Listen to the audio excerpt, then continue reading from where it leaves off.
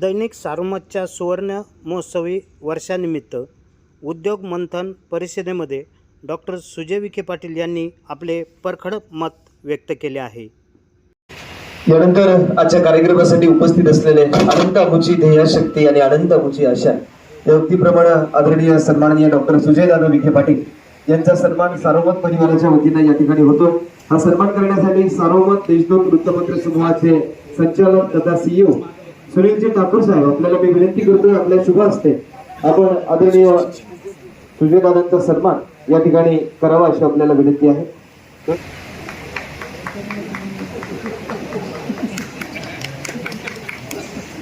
दैनिक सारोमत परिवाराच्या वतीनं आमचे संचालक तथा सीईओ सन्माननीय सुनील ठाकूर साहेब युवकांचं प्रेरणास्थान असणाऱ्या सन्माननीय डॉक्टर सुजय दादांचा सन्मान या ठिकाणी करतात। जोरदार टाळ्यांचा गजर या सन्मानासाठी नक्कीच झाला पाहिजे।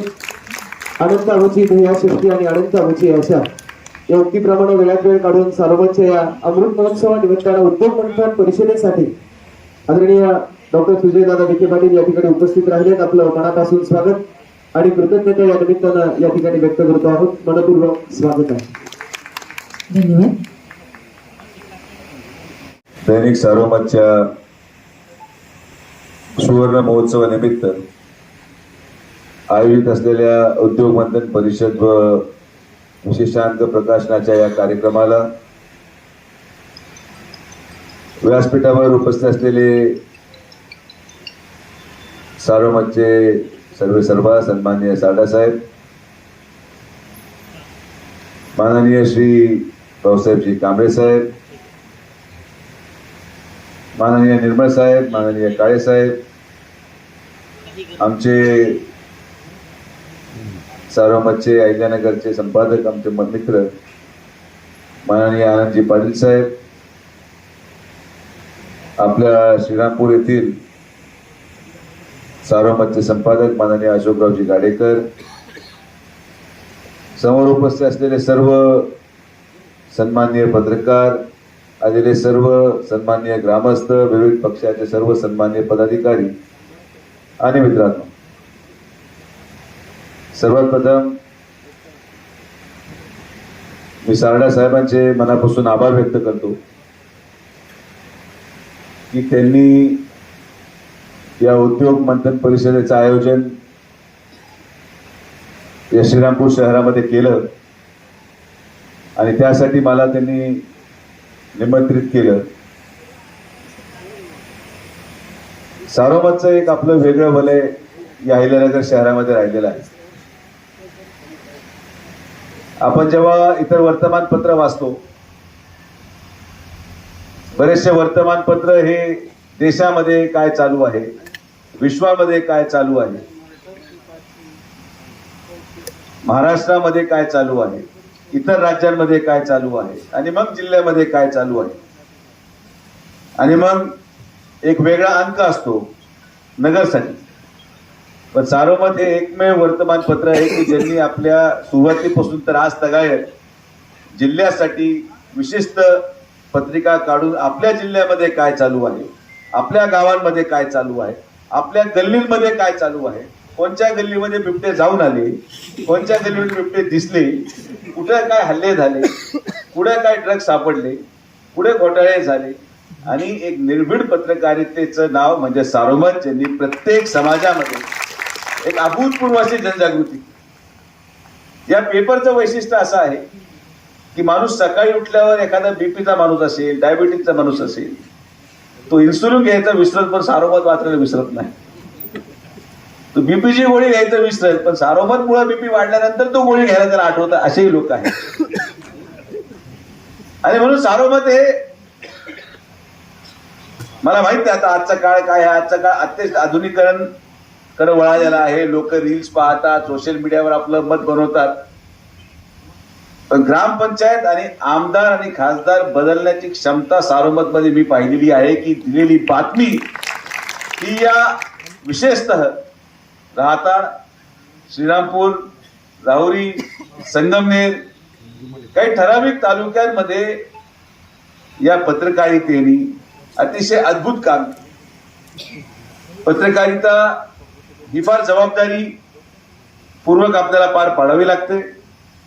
आणि सारडे साहेबांनी एवढ्या मोठ्या कालावधीमध्ये या वर्तमानपत्राचं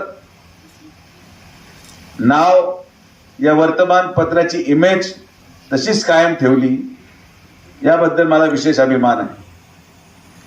आजचं उद्योग मंथन श्रीरामपूरमध्ये ठेवलं ते अतिशय योग्य केलं. सगळ्यात जास्त उद्योजक याच तालुक्यामध्ये आणि शहरामध्ये आहेत. उद्योजक दोन प्रकारचे असतात. एक उद्योग आणणारे आणि उद्योग वाढवणारे. श्रीरामपूरमध्ये तुम्हाला उद्योग वाढवणारे लोक जास्त मिळतील. जी गोष्ट चालू असेल त्याला कसं अजून वेगळं करता येईल, आता कोणाचं नाव घ्यायची आवश्यकता नाही, पण उद्योग वाढवणारे लोक इथे इतके आहेत. आणि जे काळे साहेबांनी सांगितलं MIDC निर्माण करा, किंवा MIDC मागच्या ज्या कालावधीमध्ये निर्माण झाली आणि ती यशस्वी होऊ शकली नाही, किंवा यशस्वी झाली असेल पण काही प्रमाणात त्याला तितकं यश मिळालं नाही जितकं अपेक्षित होतं, त्याचं एकमेव कारण फक्त राजकीय नेतृत्व आहे. जोपर्यंत सक्षम नेतृत्व पर्याय श्रीरामपूरला उपलब्ध होत नाही तोपर्यंत उद्योजक नव्याने व्यवसाय श्रीरामपूरमध्ये आणणार नाही. ही वास्तविक. जेवढं लोक स्वीकाराल तेवढं बरं आहे. नाही स्वीकारलं तर काय, तुम्ही तुमच्या घरी, मी माझ्या घरी. कारण की जेव्हा एखादा उद्योजक व्यवसायाच्या माध्यमातून आपलं 100 कोटी रुपयाची गुंतवणूक करायला येतो, तेव्हा हा विचार करतो की उद्या मला जर कोणी बंदूक दाखवली तर मी कोणाकडे जायचं. पण इथं असं आहे की मला बंदूक दाखवल्यानंतर ज्याच्याकडे मी जातो तो AK-47 घेऊन बसलेला आहे. ही श्रीरामपूरची परिस्थिती आहे. मी जर एक उद्योजक इथं एखाद्या व्यक्तीकडे गेला की तो मला खंडणी मागू राहिला आणि 5% मागू राहिला, तो म्हणतो त्याचे 5 मागड, तू मला 10 दे, मी सेटल करतो. आणि हेच या श्रीरामपूरचं विकासामध्ये रखडल्याचं कारण आणि ही वास्तविकता आहे. हा जास्त खोलात जाण्यात काय साहेब मजा नाही. मी परखड बोलणारा माणूस, मला काय कोणाकडून काही घ्यायचं नाही. आणि जे तुम्ही मागण्या केल्या श्रीरामपूर जिल्हा व्हावा तर तुम्हाला शुभेच्छा आहेत. आमचा काही विरोधच नाही. मी तर म्हणतो 3-4 जिल्हे करून टाका नगरचे. कोण थांबवले? श्रीरामपूरच का? श्रीरामपूरही झाला पाहिजे. श्रीरामपूरला वेगळं करा, संगमनेरला वेगळं करा, राहत्याला वेगळं करा. आम्हाला तिकडे कशाला मागे ठेवतो? जिल्हे निर्माण करत राहावे, पण त्या अगोदर श्रीरामपूर सुस्थितीत आणण्यासाठी आपण काय करू शकतो याच्यावर श्रीरामपूरने विचार केला पाहिजे. कोण काय करतं, कसं होतं, मी खरं फार जास्त लक्ष कधी दिलं नाही आणि ते कदाचित परवडणारही नाही. मी फार लक्ष द्यायला लागलो की त्याचं अनेक लोकांना अपवाद वाटतो. पण मला नेहमी आपुलकी राहिलेली या तालुक्याबद्दल, कारण की या तालुक्याने विखे पाटील परिवारावर सातत्याने प्रेम केलं, 40 वर्ष प्रेम केलं. आणि म्हणून या तालुक्याच्या विकासाप्रती जबाबदारी आमच्या परिवाराची आहे आणि ते आम्ही शेवटपर्यंत पार पाडत राहू. पण उद्योजकाला जोपर्यंत सुरक्षित वातावरण तुम्ही निर्माण करू शकत नाही तोपर्यंत या शहराचा, या तालुक्याचा विकास होऊ शकणार नाही. वास्तविकता आहे. आणि यामध्ये दोषी एक व्यक्ती नाही, दोषी जनता पण नाही, दोषी नेते पण नाही. काहीतरी वेगळं काहीतरी कारण असावं. पण हळूहळू या बदलाला, प्रक्रियेला सुरुवात होईल. हळूहळू या शहराला विकासाकडे वाटचालीला जायला संधी मिळेल. आणि तुम्ही स्वतः विचार करा की 40 वर्ष तुम्हाला लागले छत्रपती शिवाजी महाराजांचा पुतळा या शहरामध्ये आणायला.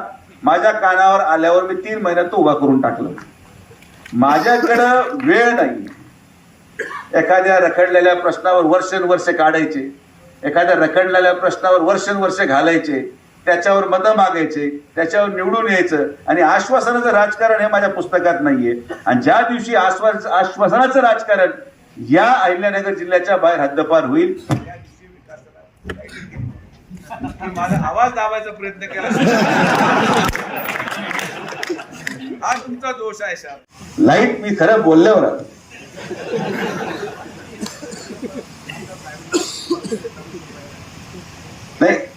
हे पहा, आमच्याकडे वेगळे वेगळे फॉलोअर आहेत. खासदार साहेबांना मानणारा वर्ग वेगळा आहे, साहेबांना मानणारा वर्ग वेगळा आहे, साहेबांना मानणारा मला मानत नाही. ही वास्तविकता आहे. तिकडं प्रक्रिया कशी आहे, भाऊ पण गोड आणि गाऊ पण गोड. आपल्याकडे डायरेक्ट कार्यक्रम फिट करून टाकतो आपण. आपल्याला डुप्लिकेट लोक चालत नाहीत. आपल्याला समाजामध्ये धोका आणि समाजामध्ये तेढ निर्माण करणारे लोक चालत नाही. एक सुस्थितीत राजकारण बदललं पाहिजे. कालांतराने लोक स्वीकारतात, काही ठिकाणी नाकार पण येतो. लोकसभेला माझा पराभव झाला, काय स्वभाव दोष होता, पण विधानसभेला परत कमबॅक केला, हाही स्वभावाचाच भाग होता. कारण की कुठंतरी आज ज्या लोकांनी माझा पराभव केला त्याच अहिल्यानगर महानगरपालिकेमध्ये एक हाती लाट आपण निर्माण करू शकतो. याचं कारण की लोकांना हे जाणवलं की खरं बोलणारा माणूसच विकास करू शकतो. गोड बोलणारा माणूस हा कोणाच्या कामाचा नाही. आणि म्हणून गोड बोलणारे माणसं राजकारणातून हद्दपार करा, कडू बोलणारे माणसं राजकारणामध्ये आणा, तर तुम्हाला गोड दिवस येतील. या सगळ्या उद्योग मंथनाचा एवढा सारांश आहे. आणि म्हणून मी खरं तर या काळेसाहेबवरती या माननीय काळेसाहेब पण या ठिकाणी आले, तर ते पण ते जे मी म्हणतो की या सगळ्या गोष्टींचा विचार करणं आवश्यक आहे. उद्योजकता येणं न येणं हे त्या परिसरामध्ये आणि तालुक्यामध्ये असलेल्या इकोसिस्टमवर अवलंबून आहे. आणि या इकोसिस्टमला जेवढं लवकर आपण बरं करू, या इकोसिस्टमला आपण जेवढ्या लवकर सुधारित करू, तेवढंच आपलं शहर आणि आपला तालुका एका प्रगतशील दिशेमध्ये जाईल. तालुक्यामध्ये ते पोटेन्शियल आहे का, तर 100% आहे. तालुक्यामध्ये तो विचार आहे का, तर 100% आहे. तालुक्यामध्ये तसे लोक आहेत का, तर 100% आहेत. पण सेना चांगली असून जर सेनापती योग्य नसेल तर मग ती सेना काही उपयोगाची नाही. आणि म्हणून ज्या दिवशी या तालुक्याला योग्य सेनापती मिळेल तरच हे सैन्य कुठलंही युद्ध जिंकू शकेल, असं माझं ठाम मत आहे. तो सेनापती मीच आहे असं गैरसमज करू नका. माझी पूर्ण हौस झालेली आहे. मी आता सेवानिवृत्तीकडे वाटचाल करत आहे. सारडा साहेब निवृत्त झाल्यानंतर कदाचित सारोमत मीच चालवायला घेत सांगता येत नाही. तर या निवृत्तीच्या या राजकीय प्रवासामध्ये मी एकमेव माणूस असेल कदाचित ज्याला आता काही राजकीय महत्वाकांक्षा राहिली नाही. आपलं जीवन अतिशय शांत चालू आहे, समृद्ध चालू आहे. परिवारा आणि समाजाकडून काय वेगळ्या अपेक्षा माझ्या नाहीत. पण कधी कधी हे वाटतं की आपण थांबलो तर काय होईल, या भीतीने खरं पळावं लागतं. अन्यथा मी कधीही माझा धंदा सोडून परदेशात जाऊन माझ्या शैक्षणिक जोरावर माझं घर चालू शकतो. त्यासाठी राजकारणाची गरज मला मुळीच नाही. पण ज्या दिवशी आमच्यासारखे लोक राजकारणातून निघतील त्या दिवशी आपल्या या शहराचा आणि जिल्ह्याचा काय होईल याचा अंदाज आपल्याला येऊ शकत नाही. आणि तो दिवस तुमच्यावर येऊ नये यासाठी आमच्यासारख्या लोकांची पण गरज आहे. आणि ती गरज आम्ही आमची जबाबदारी म्हणून ज्या तालुक्याने आमच्यावर प्रेम केलं त्या तालुक्याला तितकंच प्रेम मिळावं यासाठी आम्ही कटिबद्ध आहोत. आमचा विखे पाटील परिवार कटिबद्ध आहे आणि शेवटपर्यंत आम्ही हे करत राहू हा विश्वास व्यक्त करतो.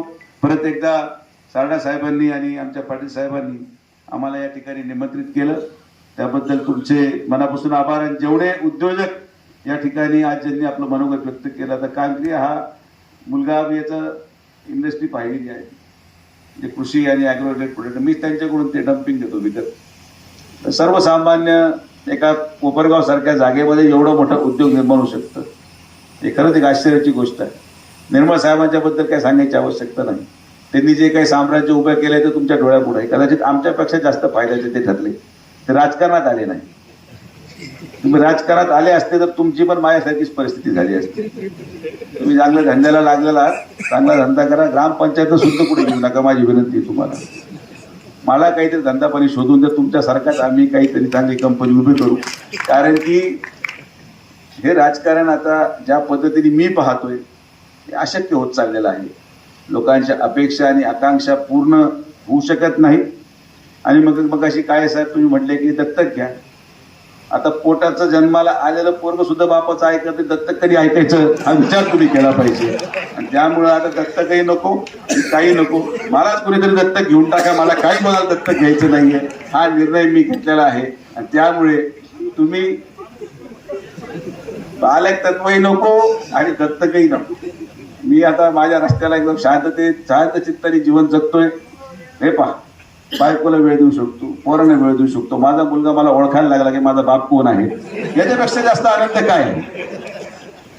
हे राजकारण खासदार असताना कधी माझा पोरगा मला ओळखत नव्हतं, पण पडल्यापासून माझा हाक मारायला लागला, बोलवायला लागला. नाही तर असं हेच चालू राहिलं असतं तर बाजारात कोणाला हाक मारलं ना आपल्या साडेसाती होती. त्यापेक्षा इतक्या माणसाने राजकारण करू नये की पोराने पण बापाला ओळखवणे असं व्हायला नको. तर या गोष्टींची काळजी केली पाहिजे. म्हणून श्रीरामपूरच्या पण सगळ्या पुढाऱ्यांना मला विनंती की थोडं शांततेत घेत चला. कशाला भांडत असतं, आपोआप विकास होत राहतो. फार व्यक्तिगत टीका टिप्पणी करणं संयुक्तिक नाही, फार जास्त कोणाच्या आहारी जाणे योग्य नाही. इलेक्शन संपलंय, सगळे एकामेकाबरोबर काम करू.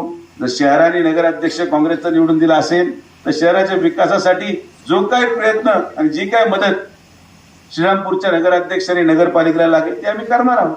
तो काय माझा शत्रू नाही. आणि या भावनेतून जेव्हा राजकारण पुढे जात जाईल तरच श्रीरामपूरचा विकास होईल. या भावनेतून आपण सर्वजण या ठिकाणी सार्वमत या वर्तमानपत्राला शुभेच्छा देण्यासाठी आलात. आपले सगळ्यांचे मनापासून आभार व्यक्त करतो. बोलण्यात काही चूक झाली असेल, कोणाला वाईट वाटलं असेल तर मी माफी मागणार नाही, तुम्हाला माहिती आहे. त्यामुळं जो तुमचा निर्णय. तर आपण सगळे आल्याबद्दल परत एकदा सगळ्यांचे मनापासून आभार. जय हिंद, जय महाराष्ट्र, जय श्रीराम. अगदी मनापासून धन्यवाद. जिसके मन में भाव सच्चा होता है उनका हर काम अच्छा होता है. या उक्तीप्रमाणे खरं तर दादांनी अतिशय परखड आणि स्पष्ट शब्दामध्ये आपल्याला या ठिकाणी मार्गदर्शन केलेलं आहे. आजच्या या कार्यक्रमासाठी आताच नेवासाचे सन्माननीय लोकनियुक्त नगराध्यक्ष डॉक्टर करणसिंह घुले सर या ठिकाणी उपस्थित झालेले आहेत. सार्वमत परिवाराच्या वतीने मी मनपूर्वक स्वागत करतो. त्याचप्रमाणे शेतकऱ्यांचे आमचे नेते मार्गदर्शक ॲडव्होकेट अजितजी काळे साहेब हे देखील या कार्यक्रमासाठी उपस्थित झालेले आहेत. मी आपलंही सार्वमत परिवाराच्या वतीनं स्वागत करतो. प्रवरा न्यूजसाठी संपादक पत्रकार विजय बोडखेसह प्रतिनिधी पत्रकार सूरज बोडखे, प्रवरा परिसर. प्रवरा न्यूज चॅनलला सबस्क्राईब करा.